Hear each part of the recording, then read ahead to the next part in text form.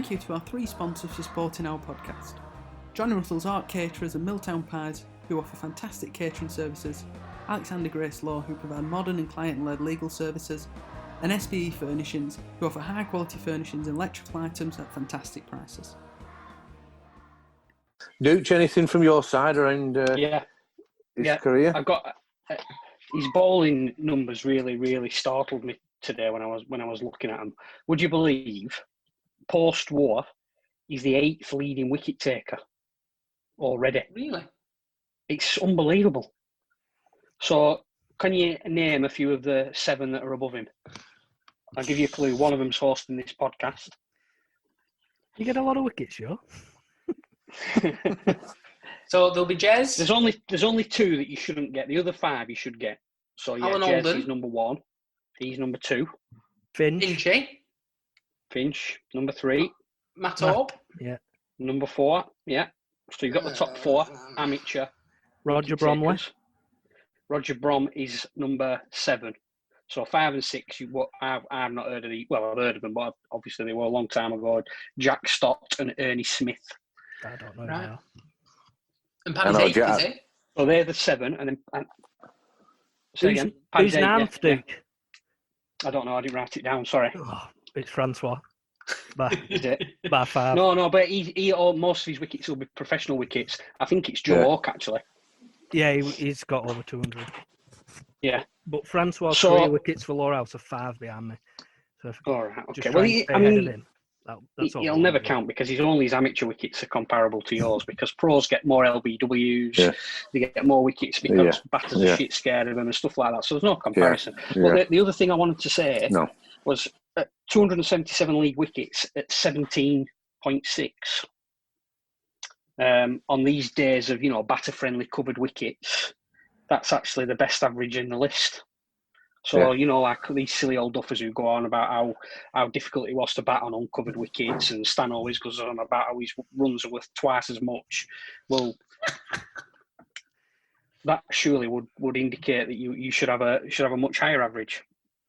Well, what I would say to that, Joe, is I don't want to blow my own trumpet, but I do have a tendency of going for a few runs, but taking quite a lot of wickets, which would put my average up slightly. But my strike rate will be quite low. As I think Jess said earlier, quite an attacking off. So I'd quite happily go for 4 or 5 and over, as I feel that they're playing some shots, obviously. Yeah. And it gives me a chance to take the wickets. And that's good to watch. That has been, over the last few years. It is great as a spectator, as me and Dooch are. It is good to see that. Sometimes it can get.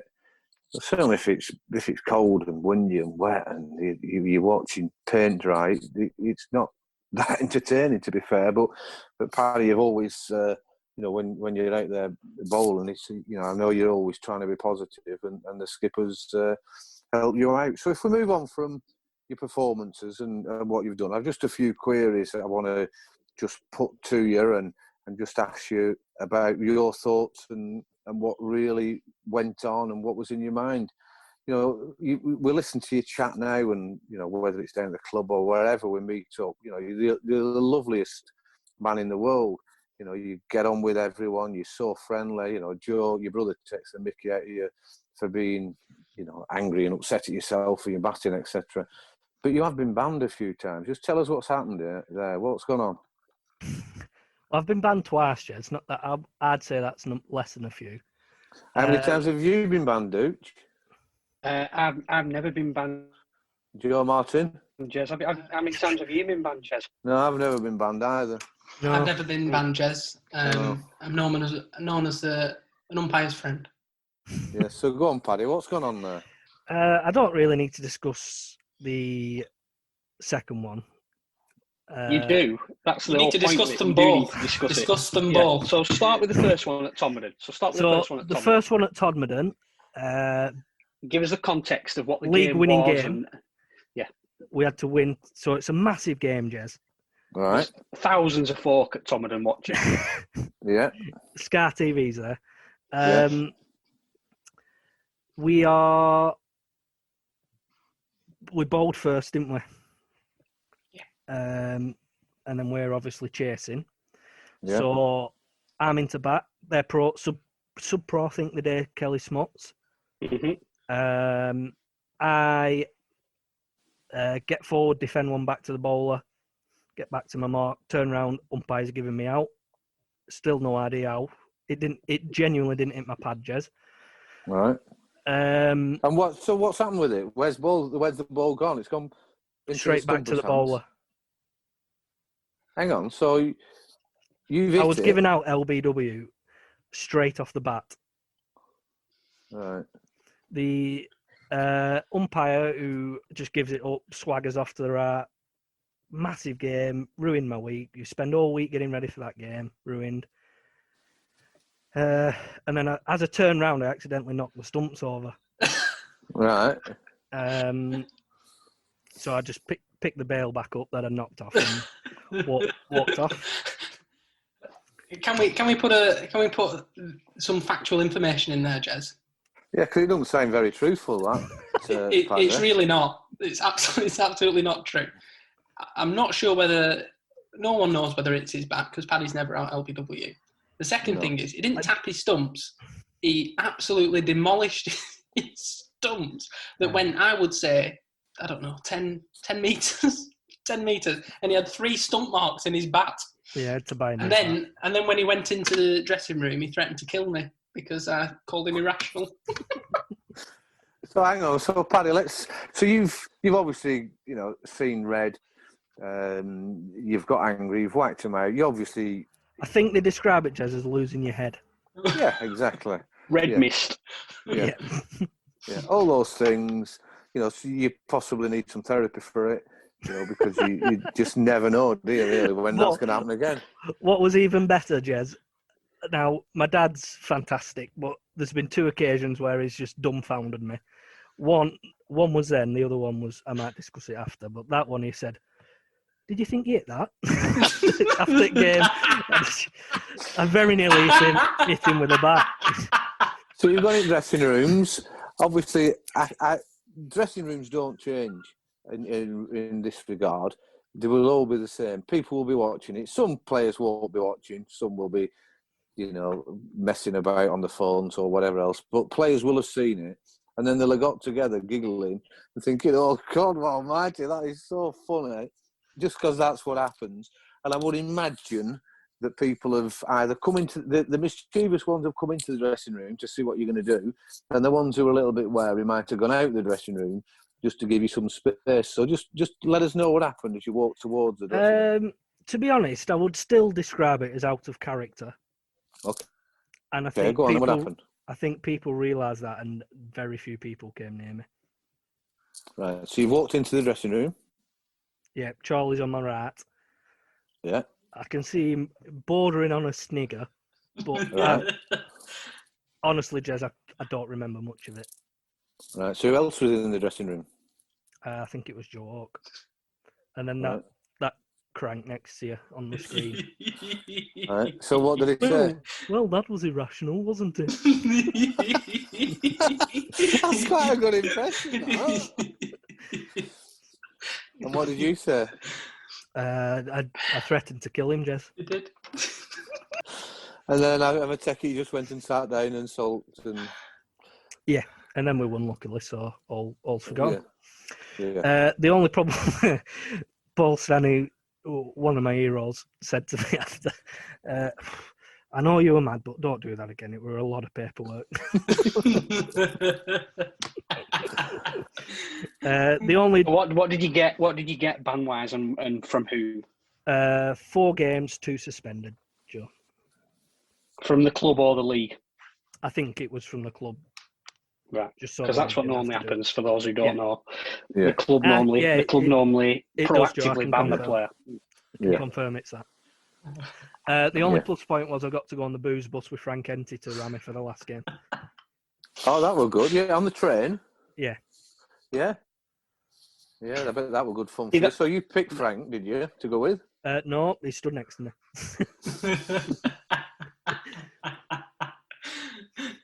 But I've got a lot of time for Frank, so I didn't mind it until he'd had his second can, and then it got a bit risky. See, that's an interesting thing about you losing your rag. I mean, it perhaps would be more understandable if it would have been the last game of the season and there was a lot riding on it. You know, we need to win that game to win the league, and you get stiffed with the bad decisions, so you lose your rag and hit the stumps. But we actually had 2 more games to go. We only needed something like 4 points from the last 3 games to win the season. So we were going to do it. There was not much jeopardy involved, and you still lost your rag and smashed the stumps to bits. Yeah. Well, one of my great friends, Corbus, he obviously weren't playing at the time because he'd gone back home. And he just texted me just with a silly man. That's how he'd say it. And that was all it had, silly man with a full stop. He had to do a John Terry, Jez. Put his whites on for end of season. For his last game. So is that what you actually times. did? You put them on, did you? Only for the pictures, Jez. Right, okay. Yeah, so go on then. Let's have a discussion about your second ban. What happened there? Another big game, Worsley Cup final. LBW nicked it onto my pad. Just sort of went like that, walked off, then umpire banned me. I don't think the umpire banned you. I think it was probably the league or the club again. He gave me a level 1 warning, which is a ban. Right. So you got banned for simply raising your hands after being I had given my out. bat in my hand, obviously. Right. Yeah. So yeah. So you in a threatening manner, Your Honour. Pointing your back towards the umpire. I didn't point the bat towards the umpire. That's the emoji, Jez. Yeah. I had that hat on as well. Because I spoke. I mean, on the face of it, I spoke to some of the Burnley lads after the game, and they couldn't believe I'd been banned either. But can you remember what he said, the umpire, Pete? I can. I mean, we can't use some of the words, but he just said, "I'm going to have to ban you for that. You've made me look like a." Right. Oh dear. Well, these things happen, Jess. Yeah, and you're over it, aren't you? Now you're over it. So it does interest me. Though. I don't know if anyone will know the answer to this. Do we feel? Let's have a little discussion about. Do we feel, as a cricket club, and we'll have to be careful what we say, that we do get persecuted over the last 10 years or so? The Crompton at home last year, when we played cricket, I think it was one of the bowlers booted the stumps over, didn't it? Yeah, and nothing happens with it. Nothing happened, did it? Nothing. No one. I don't think reported it's or nothing. Worth getting into, Jess, because it's so bizarre what happens. It's just. I'm going to say, I don't know if it's necessarily that we get persecuted. I think the bigger issue is just the staggering inconsistency throughout everything. Yeah. And depending on what day of the week, what umpire you've got on what day of the week will determine how serious something is viewed or otherwise. And that's probably something that needs to be sorted out. Yeah, and it does. I've got this theory later in my life that I'm not going to waste energy on things that you can't do anything about, and why get yourself all whipped up about it. But it does, when it's the heat of the moment and things are happening, and that the league exec are behaving in a certain way, and all of a sudden people get banned, like you said, Duke. It's probably not just us. The consistency thing is what really could get would be a lot better. So anyway, so your second ban was around the Cup final. Let's, again, it's a topic. We want to talk about all sorts of things on this podcast. Let's, to arouse our own thoughts and to work, what went on. Talk me through what happened in the 2012 Cup final, Paddy. 2012? Wowzers. Yeah. Well, not much for me, Jez, because I didn't play. Yeah, I know you didn't, but just tell us what happened for like 2 weeks before. So the semi-final was East Lancs. Away. With some great cakes. Hockey was there, pro. Was that right? Was that when we went over to the Bowling Green? Yeah, correct. Cakes? Yeah, that was great. I got a few wickets in the semi-final. But looking back now, I would say I knew then I wasn't going to play in the final. Why would you say that? Because you bowled before me in the semi. I just didn't think I would. Because for no reason. No, when you just get that sort of feeling. I just had the feeling I wouldn't. Looking back now, I realised I had that feeling that I weren't going to play. Then I think were the decision that night, Joe? What happened was there was a rained off game on a Saturday at Rottenstall away. Yeah. Yeah. No. It was just a regular league game on that Saturday. All right. Yeah. And the game was Rottenstall away. Yeah. And everybody was available. That was the night before. So Charlie told me. So Charlie said, you're not playing. We're picking Joe, but you will play in the league for the rest of the season, which bit strange, but I would personally also find it incredibly difficult to pick. I can't say anything against Charlie now. It must have been such a tough decision. And he just went with what he thought was the right decision. Yeah, So, I mean, looking back, now Jez, a bit older, a bit wiser, a lot less, I don't know what word to use, agony about it, maybe.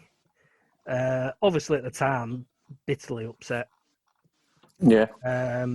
Looking back now, I'm not saying I'd do the same, but I know it'd be incredibly difficult to choose.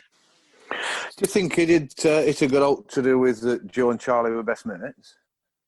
No, I don't. I don't. I'd like to say, yeah, but I can't. It's just what Charlie felt was right. Yeah. What's your recollection of it, Duke? You know, the build-up. You've obviously played seconds, were you, on the Saturday against Rottenstall? Yeah, so we, like we have had a few times since, we've probably had 12 first-team players. Myself and Paddy were 11 and 12. So if anybody was unavailable, which obviously there usually is, me and Paddy would both play the first team, as we did, loads of times that season. Finch. But obviously, but obviously you get around to a cup final, and there's not going to be anybody missing for a cup final. So you know that when the cup final comes along, there's going to be a decision to make. Yeah. People listening to this might find this hard to believe, but at that stage, they're probably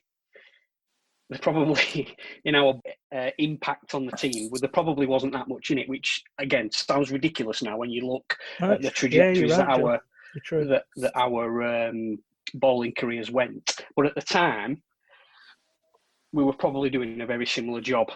Yeah. So it was a legitimate decision to be made, and whichever way it would have gone, there would have been merit in making that particular decision. So you didn't, on the Saturday then, Saturday day when you're playing, you're just assuming you're not playing in the final the day after, Duke? Yeah, I was assuming that there was a from. Obviously, the team from Saturday was 11, and then it was plus Joe Beneduce from 12 on Sunday. Yeah. And then at the club we were at home. On the club on the Saturday night, Charlie walked past me in the bar and he said, "You're in." And I don't know at that stage whether they'd already told Paddy that he was out or not. We were both vying for the same spot, and obviously I knew that he would be upset, and then I could see that he was upset, and it wasn't a pleasant evening in the club. Let's put it that way. I would also say, Joe, if we're feeling like that, imagine what Charlie must be feeling like to have to decide. In fact, I can't remember the exact side, but you possibly, if whoever who's going to play is going to bat 7, 8, 9, 10 and maybe need to get quick runs, you would probably say Dukes would get the edge. But if they wanted someone that could be adaptable and bat in the top 5, if we lost a lot of wickets, then Paddy could get the nod. But yeah, and that it possibly was the batting that maybe swung it. But I played in 2 Wesley Cup finals and I haven't scored a run in either, or taken a wicket in either. I've played in 1, Joe, and not scored a run. Umpire fired me. Obviously upset, Jez. I had a great chat that night with Francois. Yeah. Who obviously had some thoughts on it, as he does with everything else. He came and picked me up, went for a bit of a drive. He just talked me through everything, and then felt much better after that. Sort of. Yeah, no, that's good. I'm not saying agreed with it, but I accepted it. Yeah. to be, you are saying the things now about, you accept that it must have been a very difficult decision and one that, which is, you're not going to get it, not so much the decision right, but whatever you do, there's going to be some issues and problems. I think even if they look back on it with hindsight now, I still don't think they know what to do. No. I was stood at the scoreboard end next to the start screen. And obviously we had the 2 drop catches. Yeah. So I'd run on the pitch twice.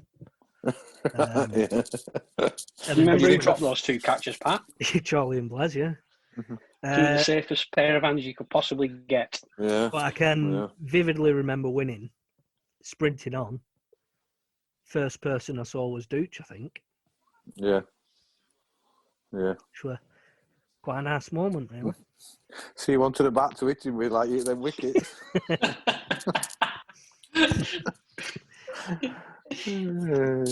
But it is, it's a measure of your Paddy. It is, what makes you and what makes the club so great that you can behave like that, and and you're still there, and you're churning out the runs, churning out the wickets, and and obviously trophies. You've played in some great sides, won quite a few league titles, T20s, Worsley Cups, and everything else. What's your memories around on a brighter note? What's your memories around those victories and those seasons where it's been fantastic to watch? So the 2011 was just unbelievable because we weren't even a good team, really, on paper. And then all of a sudden we're top of the league, we're beating everyone, and people who you didn't think were great players are straight away great players. Just bizarre. Would you agree with that, Dooch? I don't think anyone saw us. No, we definitely didn't go into that season thinking we were going to be doing anything. It was, Jez talked about the expectations around Francois, and we've done it on other podcasts, but we definitely did not at the start of that season think we're going to do something here. It was an underwhelming signing as a professional, no question about that. Yeah. And our amateur lineup, it was okay. Is it the best we ever had? Probably not, but we were all right. We had a lot of bases covered. But what happened to us, and I think this happens a lot in amateur sport, particularly in amateur cricket, is we got on a run, and it was very, very difficult to stop us once we got going. Once we were on a roll, we had momentum, and I'm a huge believer in momentum in amateur cricket. It impacts so many different things before you even walk on the field. Momentum's had an impact. With people, how people train, how people are available, the mindset people turn up to games in. I mean, we've all played in sides where you're playing for nothing and it's June or July or August and you already know that the season's dead and you're literally turning up just because that's what you're meant to be doing. Whereas when you've won the last 7 games and you think that might lead to something, it changes everything, absolutely everything. Yeah, it does. And that's what happened that year more than any other year that I played. That's what got us through that season a lot. Yeah.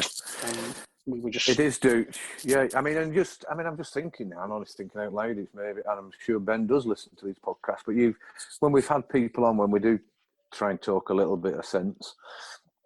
And professional sport is also around momentum, but they get paid and they get trained. They're training every day. They get it instilled into them, and people get sacked. That's the bottom line if they're not doing it right.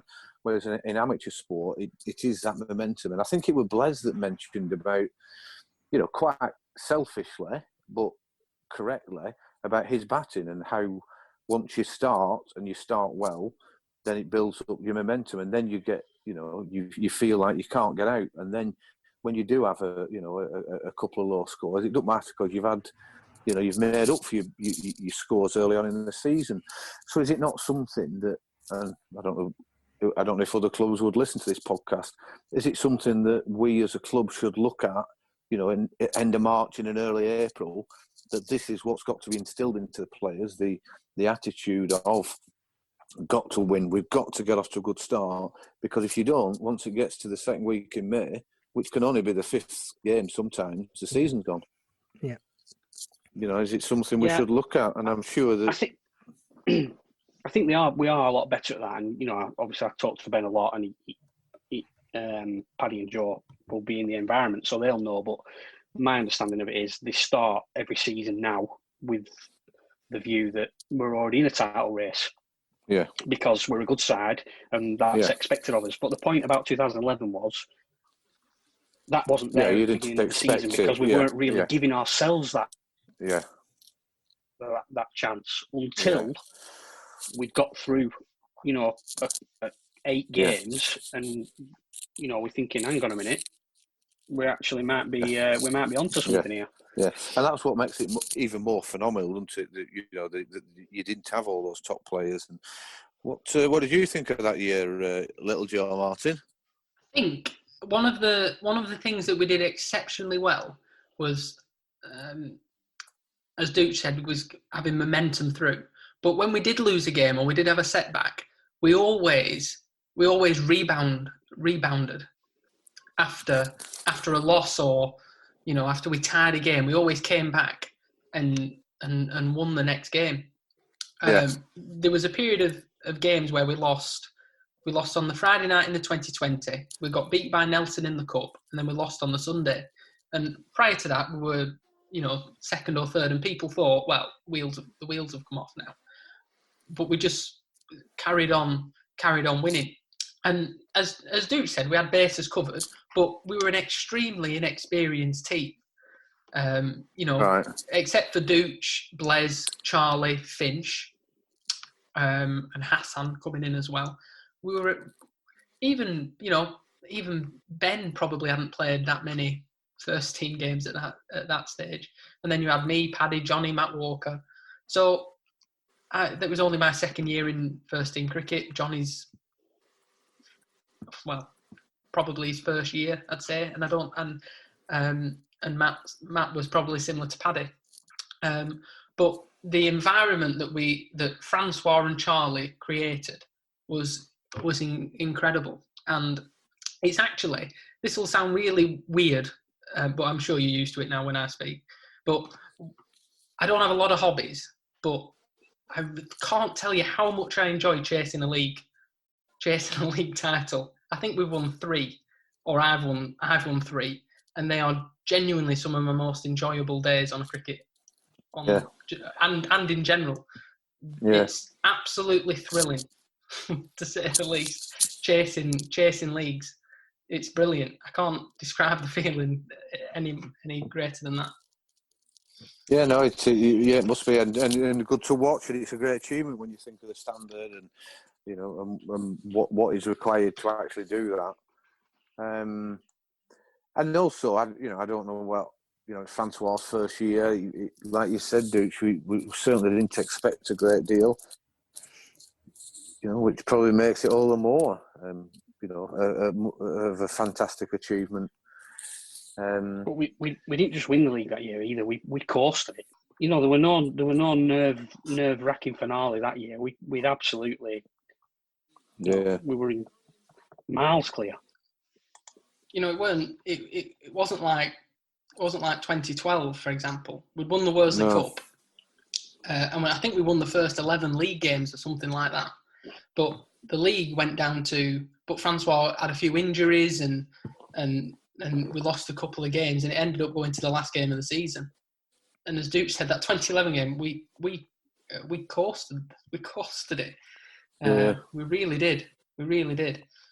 Whereas that 2012 season, whilst we probably were expected to win the league, one would say, it was a lot tougher, challenging for both of those things. Yeah, no, it was a fantastic achievement.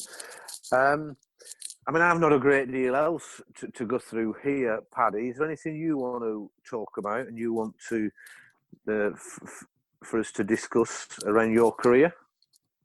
No, not really. Tell us about that day that you nearly died at Tomeden. Oh no, you headed one at Tomeden, didn't you? No, at Colne. You headed one at Colne. Yeah, and then I was taken ill on the at the Todd game. All right, okay, right. So tell us about the day at Colne, please. So it was a T20. Who was our pro? Was Corbus our pro, Joe? Aaron Hill? It would have been heels up, I think. Yeah. So I was fielding. So the wicket was up at the top side towards the road, Jez. Right. And I was fielding at Cow Corner, sort of just to the other side of the tea room, where the wall starts. I think it was Jeff Ellis. Scars one up. I come hurtling in to take a routine catch. Slip on the sprinkler cover. Right. At the slip, the ball hits me square on the forehead. Right. Knocks me to the floor. I've got this massive lump on my head. An inch either way would have been a disaster. Luckily, there was nothing wrong, but Where were your hands? stopping me falling. Right. So I properly slip like face first, and as I'm falling, the ball hits me square on the head. And honestly, Jez, it didn't hurt. Right. Were you playing Duke? No, I've just looked at the scorecard. I don't know why I wasn't playing. Ollie Bailey and Matt Marquis were playing, and so I must have been away. Right. Did you play, Joe? Yeah, I played. I was very concerned until it was all right. Can you remember what Dad said to you? Well, I was going to say the two things he's ever said to me. So the one was when at Todd went the LB. The second one, I'm led on the floor with this massive lump, Jez, genuine like a cricket ball stuck on my head. My dad comes trotting over. Are you all right? Where's it hit you? I've got this cricket-sized ball on my head. I said, yeah, on my shin, Dad. And the game at Todmorden, Jez, as Paddy said, he was taken ill. It was a really hot day, Right. Jez. Right. And I think the heat just got the better of me.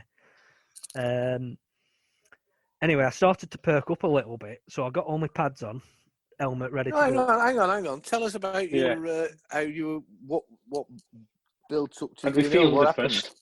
Yeah, we fielded first. Right, so you've gone out in the field, and what was it? It was just really hot. And Right. I think What colour were your hair then? Wild Autumn Forest at that time. Okay. before it got wavy. Before it got wavy and waved bye-bye to your head. Before it turned eggshell blonde. Yeah, so we fielded first. It was red hot. Okay. Obviously too hot for a light blonde-haired lad like myself. And yeah. I just felt horrendous. I had a cold shower because Sue Walker told me to. So I had a cold shower, came back out, felt a little bit better, got my pads and everything on, sat next to Blaise. After half an hour or so, Blaise just turned to me and said, "You're not batting." I said, "I feel all right, Blaise." And he said, "You're not. I can't even see your face, you're that white." And I didn't go out on that. So proper sunstroke. Yeah. I was batting at the end. I can remember, and I can just remember getting out. I think I was caught behind, or caught at square leg. I think. I can just remember walking off, and Chaz or Blaise were like saying, "Come in." Just Paddy was sat there with his pads and stuff on, and a massive sun hat. What sun cream had you put on? It would have been Factor 50, Jess. Liar. Well, these things happen. Yeah, you won't do it again, will you? No. Can you walk us through your, as it's well documented, Jess, I drop a lot of catches, but Paddy, can you walk us through your drop catch against Haslanden, Phil Hayes? Please. I don't really remember it, to be honest. Well, I do. What I remember is actually no. It suddenly just all come back flooding to me. Yeah, I'm glad you brought it up, Joe. So I was stood at sort of short third man, Jez. Right. And this ball, Phil Hayes top edges this ball. It goes probably ceiling high. Right. Straight above the wickets. So all day long, it's my brother's catch. All day long. I come running in from short third man to try and take the catch. Why? And I drop it. Because Joe don't go for it, Jez. So I've dropped it, which I will admit was a fairly easy chance. But if Joe goes for it, he's got big gloves on. It's an inch to his left. And he leaves it. Jez, not only are any of those points in that statement incorrect, they are fake news, to say the least. So first of all, Paddy was stood in the slips, and it was an overcast day, and he had a sun hat on. Right. The second point was Matt Walker was bowling, and he bowled one that was slightly short, and Phil Hayes did top edge it, and Paddy did say it went ceiling high, and it went straight to him.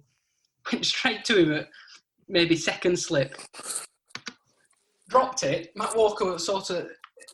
Matt Walker could get angry sometimes, but he was just sort of kind of bamboozled by the fact that he dropped it.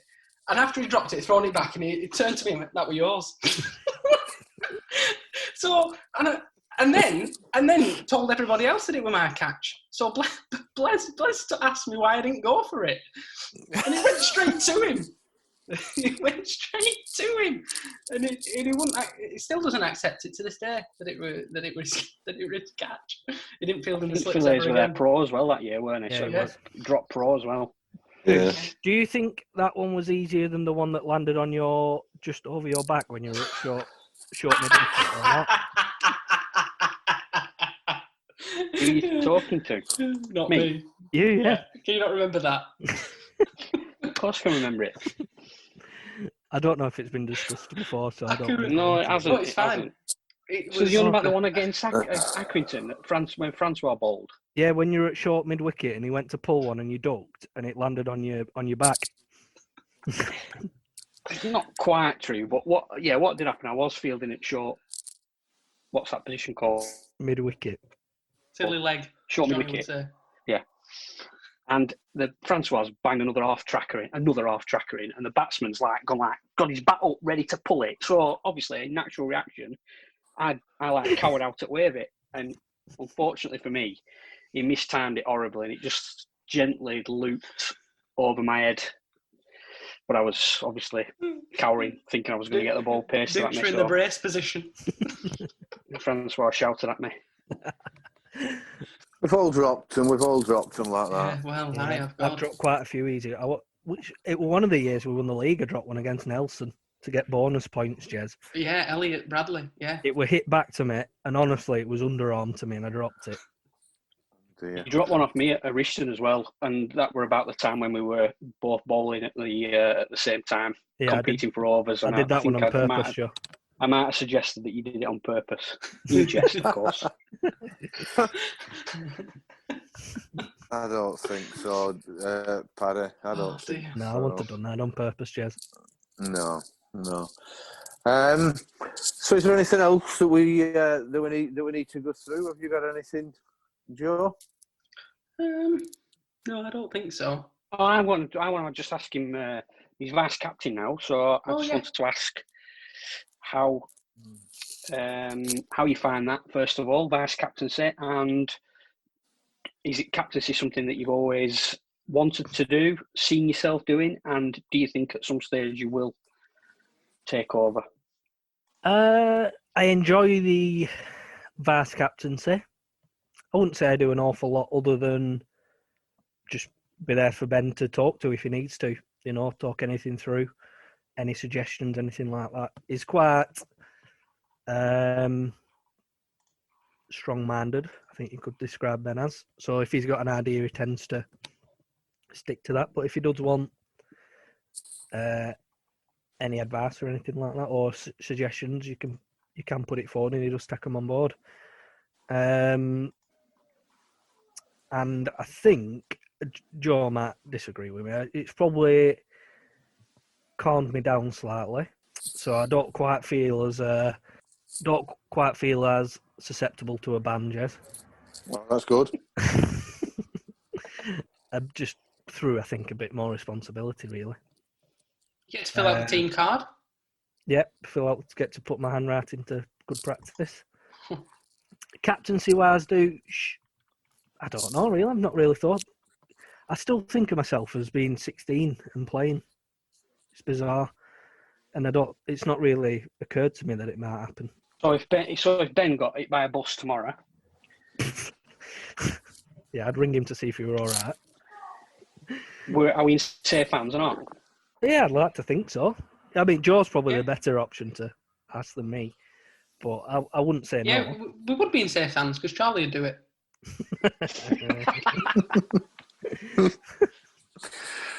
What's your thoughts this year, Paddy? Prospects? You know, the new pro's been officially announced. What's your thoughts on the season and some of the players? I think every season that I've been in now since we won the league in 2011 has been one of optimism. Yeah. As Duke said, we always set the bar to win the league. Good. So that will be no different. Good. The pro signing's exciting. Yeah, I agree. I'm always a bit sceptical on pros though, Jez, until they've played that first game. You're too young to be like that. Be positive. But it is a really exciting one, I must admit. Gets you looking forward to the season again. Yeah.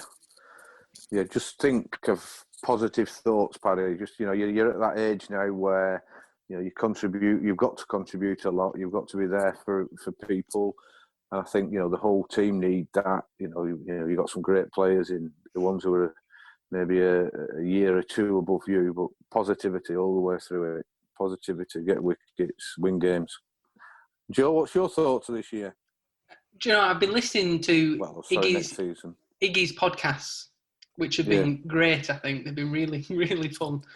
But the way Iggy described the signing of Colin Milburn, I think in terms of like the belief around the club and the excitement around the club seems to be very similar. I don't go on Twitter or Facebook or anything all that often, but the reception that he's got from Twitter, not only from our own fans, but just from people round the country, really, who hold him in such high esteem, I found absolutely incredible. Yeah. It would appear that we've signed, a top class performer who's going to be brilliant with the ball, to say the least, and I'm sure will be great with the bat as well. And just bringing, it seems, people seem genuinely excited for the season to come and see him play. An ex-England international, quality left-arm spinner. It's going to be... He also, Jez, has a great attitude, but he's got a great sort of excitability about him. Right, so when you talk to him, enthusiasm of cricket. Absolutely. Yeah. When you talk to him and listen to him, he's really, really keen. Good.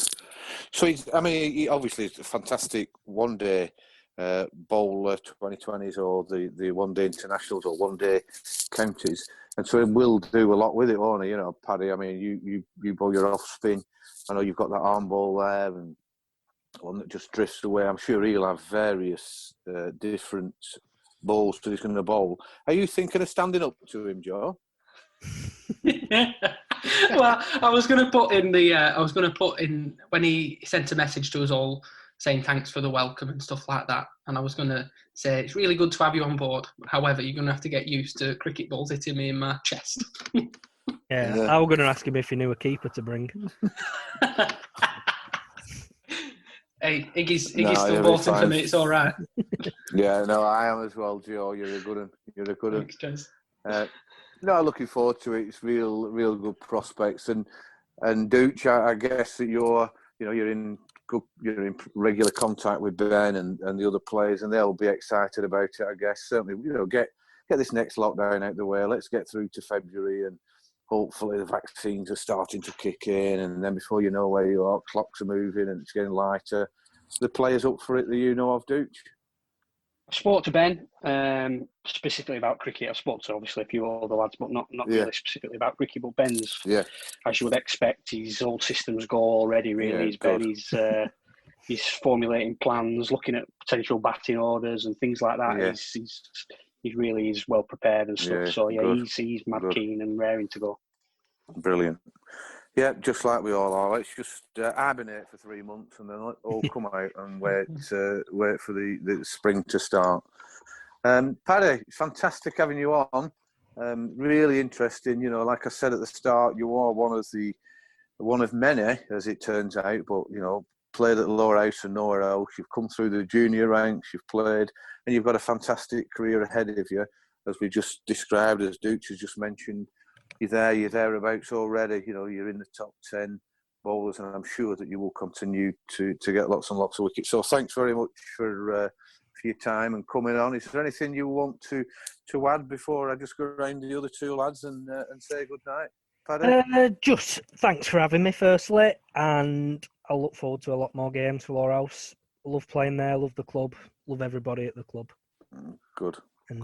Really appreciate that. Joe Martin, anything before you go and get your McDonald's and then bed? I would just like to say that it's absolutely wonderful to be back on the podcast. It's great. I can't tell you how much I enjoy seeing you and Joe Beneduce. It fills me with so much happiness. That's good to hear. And I see you back using electricity at West End Room again. I'm in the Joe Martin suite. Joe Martin suite. Yeah, that's right. Dooch, anything you want to add before we wrap it up? Nope, nothing from me, Jez. All been sorted. Thanks very much for this evening. Hope everyone enjoys listening to the podcast, and we'll look forward to our next one. Thanks all. Bye.